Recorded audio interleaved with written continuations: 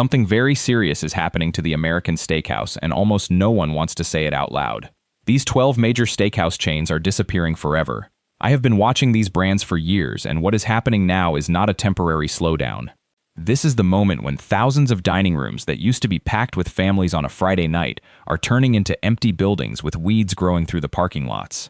Some of these chains shut every single location in a single day without warning, and a few are still open right now, but shrinking so fast that the math only points in one direction. But the most important part is this. The deeper cause was never just the economy. It was these chains destroying the one thing that made a family choose a steakhouse on a Friday night over everything else. The promise of a real steak at a price that felt honest. And the moment that promise broke, the customers were already gone. Number 12. Western Sizzlin. Less than 4 decades ago, Western Sizzlin was the steakhouse for families in hundreds of small southern and midwestern towns where nobody was pretending dinner out was a luxury. Founded in Augusta, Georgia in 1962, this was the place where a real open-flame grilled sirloin cost under $6, and a family of 4 could sit down together without anyone doing math at the table. At its height, Western Sizzlin operated hundreds of locations embedded so deeply into small-town American life that for millions of families it was simply Tuesday night. But today, fewer than 20 locations remain across the entire country. The collapse did not come from a single disaster. It came from the franchise model itself falling apart from the inside. Individual owners made individual decisions about quality and maintenance with no consistent standard holding the experience together. A customer who had trusted the same Western Sizzlin for a decade would visit another location and find something noticeably worse.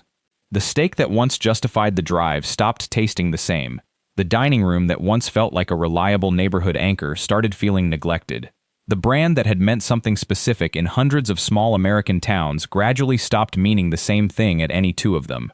When that consistency disappeared, the reason to choose Western Sizzlin over anything else disappeared with it. The towns where it had been the Tuesday night answer for an entire generation did not get a replacement that did the same job. Most of those buildings are empty or converted now. The parking lots that used to fill up by 6 o'clock on a weeknight have been quiet for years. Number 11. Bonanza Steakhouse. In 1963, Dan Blocker, the actor who played Hoss Cartwright on the television show Bonanza, opened the first Bonanza Steakhouse in Westport, Connecticut. That origin sounds like a celebrity marketing story, but the truth behind it was simpler and more genuine. Blocker believed that the families watching his show on Sunday nights deserved a place where a real steak dinner felt accessible rather than aspirational. A full meal at a table with honest food at a price that did not make anyone uncomfortable. Bonanza grew to more than 600 locations by the late 1980s, becoming a genuine fixture in communities across the Northeast and Midwest, where families returned year after year, not because there was nowhere else to go, but because the experience consistently delivered exactly what it promised. But today, fewer than 3 Bonanza locations remain operating in the entire United States. The decline did not happen with a dramatic announcement. It happened through ownership change after ownership change, each transition pulling the brand slightly further from the simplicity that had made it work. The chain built on one man's genuine belief that a steak dinner should be within reach of any American family became a business being managed for margins rather than for the customer who had always been its reason for existing. Locations closed one by one in individual communities without national headlines. People drove past one day and found an empty building where the Bonanza sign used to be. Most people did not even register the exact moment it disappeared from their town. They simply realized one day that they had not been in years, and that there was nowhere left to go back to. Number 10. Ponderosa Steakhouse. In 1989, Ponderosa Steakhouse operated more than 700 locations across the United States. That number is worth sitting with for a moment. More steakhouse locations than any other chain in American history. For families across the Midwest and South, Ponderosa solved a problem most restaurant concepts never even tried to address. Where do you take 4 people with 4 different appetites and 1 real budget and make sure everyone leaves the table completely satisfied? Ponderosa had the answer every time. An affordable steak anchored by a buffet generous enough that the kids could eat whatever they wanted while the adults got the meal they had actually come for. Birthday dinners happened here. Good report card celebrations happened here. Sunday afternoons after church happened here. But today, fewer than 15 Ponderosa locations remain in the entire country. The collapse came from every direction at once. Casual dining chains with more modern atmospheres began offering similar value in environments that felt more current. The customer who had once chosen Ponderosa because it was the best available option started finding that better options existed nearby. Bankruptcy filings came and went across the decades, each one leaving the chain smaller and more fragile than before.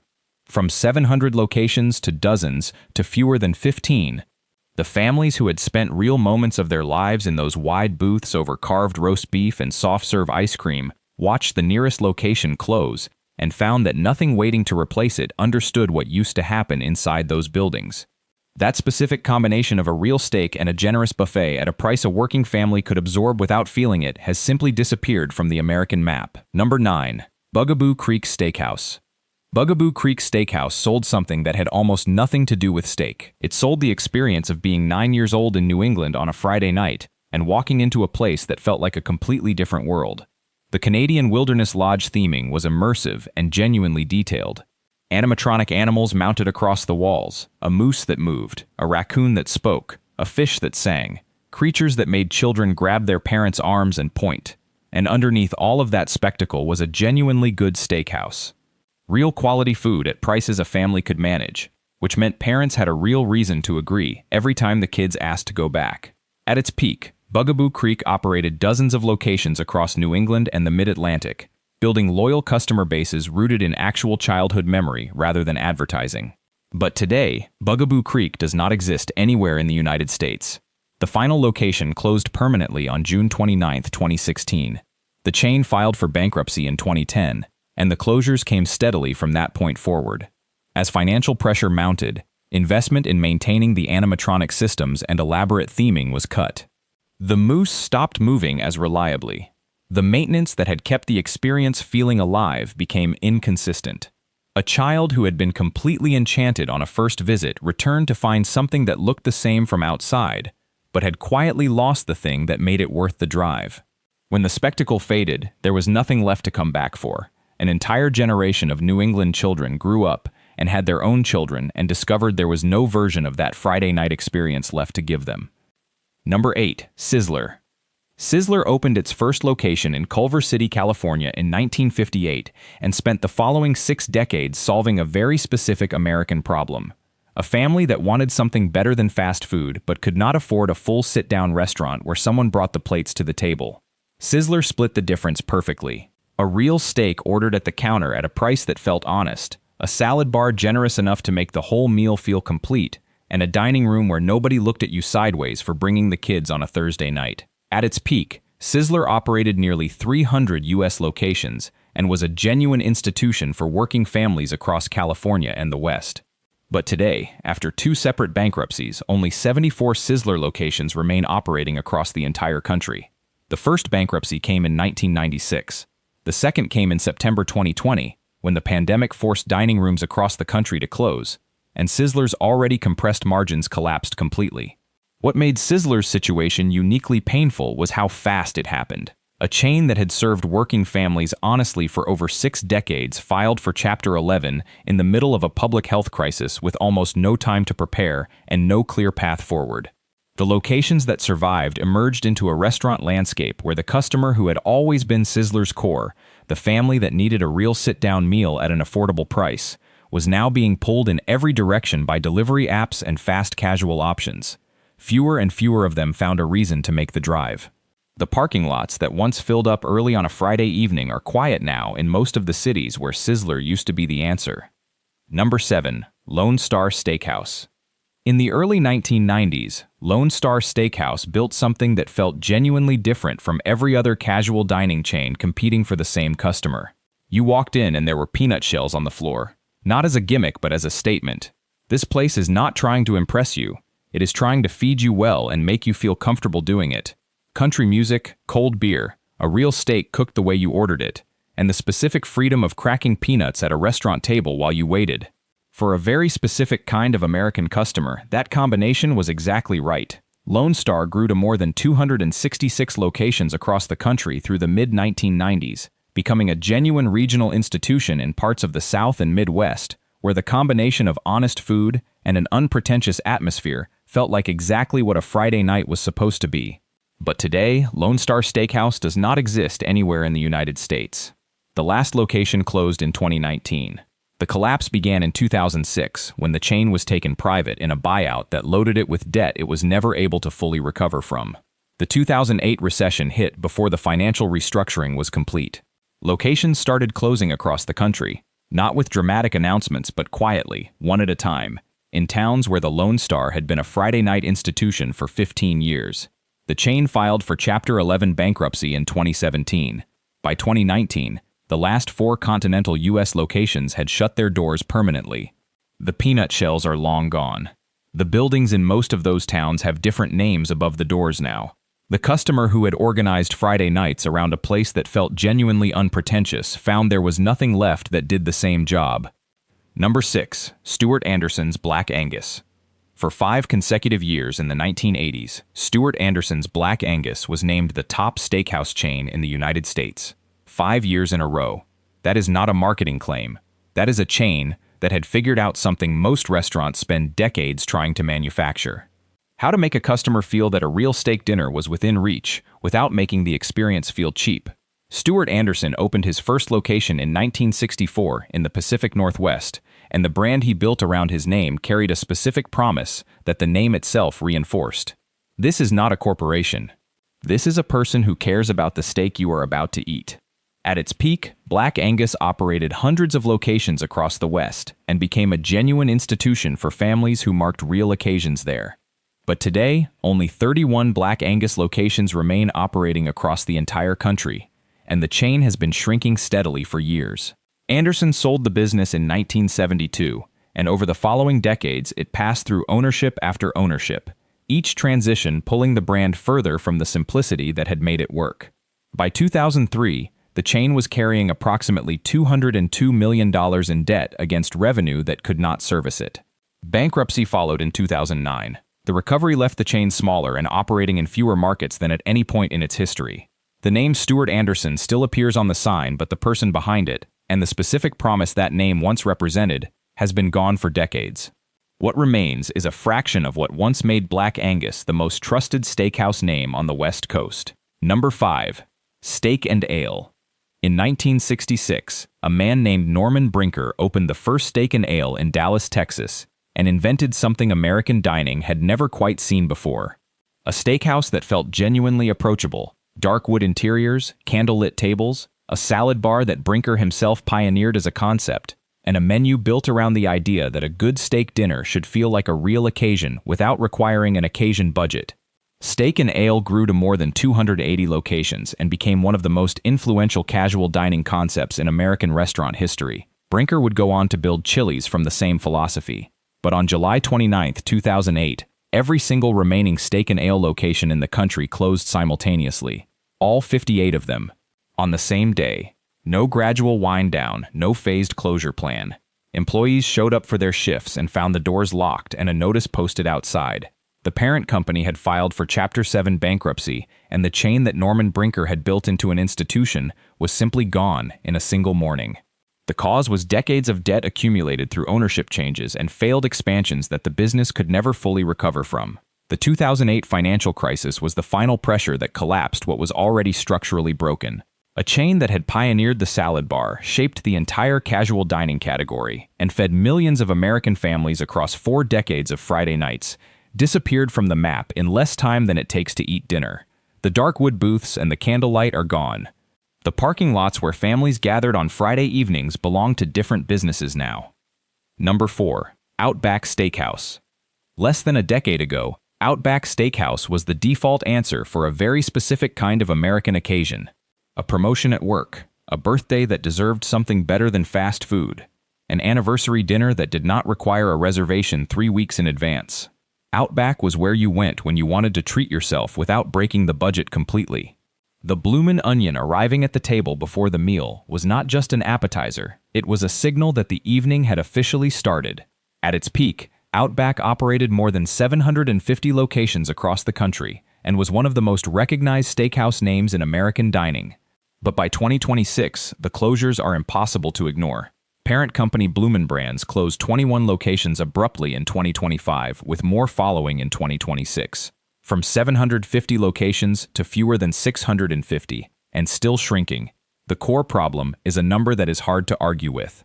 Dinner for a family of 4 at Outback can now easily reach $160 to $220 before tip. Surging beef prices and rising labor costs have pushed the bill so high that the middle-class family who used to treat Outback as an affordable special occasion dinner now has to think seriously before deciding to go. When the math stops working, the occasion stops happening. The bloomin' onion is still on the menu, but the feeling that ordering it was a small, affordable luxury has been replaced by the quiet calculation of whether the whole evening is worth what it now costs. Outback is still there, but it is losing the customers who made it what it was, one unanswered occasion at a time. Number 3. Red Robin. Anyone who grew up in the United States in the 1990s or 2000s remembers exactly what Red Robin meant. The Red Robin Yum slogan was not just advertising. It was the sound of a dining room full of families on a Tuesday night where nobody was pretending the occasion was anything other than exactly what it was. A good burger, bottomless fries served hot and full every time you asked, and the specific generosity of a restaurant that seemed genuinely happy you were there. Red Robin was where you brought the kids after the baseball game. It was the birthday dinner where the whole staff came out singing and the birthday person got a sundae. Nothing fancy, just completely reliable joy at a price a family could afford without planning for it. But by 2026, Red Robin is closing locations across the country under the weight of approximately $170 million in debt. The chain has already closed 23 locations in 2025 alone and has identified up to 70 total closures as necessary to service what it owes. From nearly 570 locations to a number that keeps shrinking, the bottomless fries are technically still on the menu, but longtime customers say the portions have quietly shrunk, the meat quality has clearly declined, and the prices have climbed to the point where the family math no longer works the way it used to. A meal that once cost a family of 4 around $50 now pushes well past $80.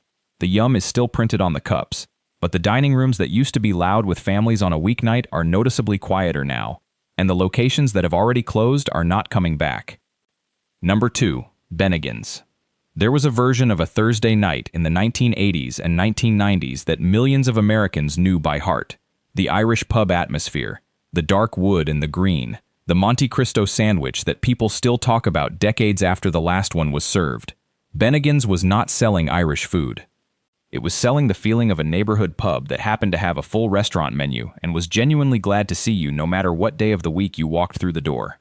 At its peak, Bennigan's operated more than 310 locations across the country and built a loyal following that organized Thursday nights and after-work gatherings around it for years. But on July 29, 2008, the exact same day that Steak and Ale closed its final locations, Bennigan's parent company, Metro Media Restaurant Group, filed for Chapter 7 bankruptcy.